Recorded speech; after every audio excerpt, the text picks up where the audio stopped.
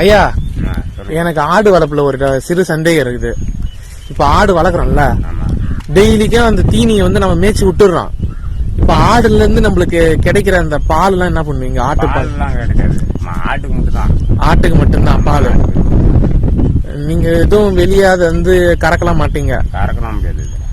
ஆனா வெள்ளாடுனா கொஞ்சம் கறக்கலாம். வெள்ளாடுனா கொஞ்சம், இதெல்லாம் கறக்க முடியாது. அதுக்காக கிடைக்கிறது அதிகம். ஆட்டுக்கலாம், செம்பிளி ஆட்டுக்கலாம். செம்பிளி ஆட்டுக்கா? செம்பிளி ஆட்டுக்கும் சாதா ஆட்டுக்கும் என்ன வித்தியாசம்? சாதா ஆட்டுனா, செம்பிளி ஆடுனா அது வந்து ஜோடியா நம்ம விலை அதிகமா கொடுத்து வாங்குவாங்க. என்னன்னா இது வெள்ளாடுலாம் வந்து டெய்லி நம்ம 1-2 வித்துருவோம், நம்மளுக்கு அது கட்டுப்படி ஆகாது. இதுனா இப்ப 50 ஆடுனா இப்ப இந்த ஆடி மாசம் ஓட்டணும்னா 1 லட்சம் ரூபாய் 2 லட்சம் ரூபாய் விற்கும். அதுக்காக மொத்தமா செம்பிளி ஆடு தான் வச்சிருக்கோம். மொத்தமா செம்பிளி ஆடு தான். சரி, எது கறி ரொம்ப நல்லா இருக்குன்னா எந்த கறினா? இதுதான் பொசன்னு இருக்கும் கறி. செம்பிளி ஆட்டு. செம்பிளி ஆட்டு கறி தான் வெள்ளாட்டு கறியால. மக்களே, இந்த செய்தி உங்களுக்கு பிடிச்சிருந்தா லைக் பண்ணுங்க, சப்ஸ்கிரைப் பண்ணுங்க.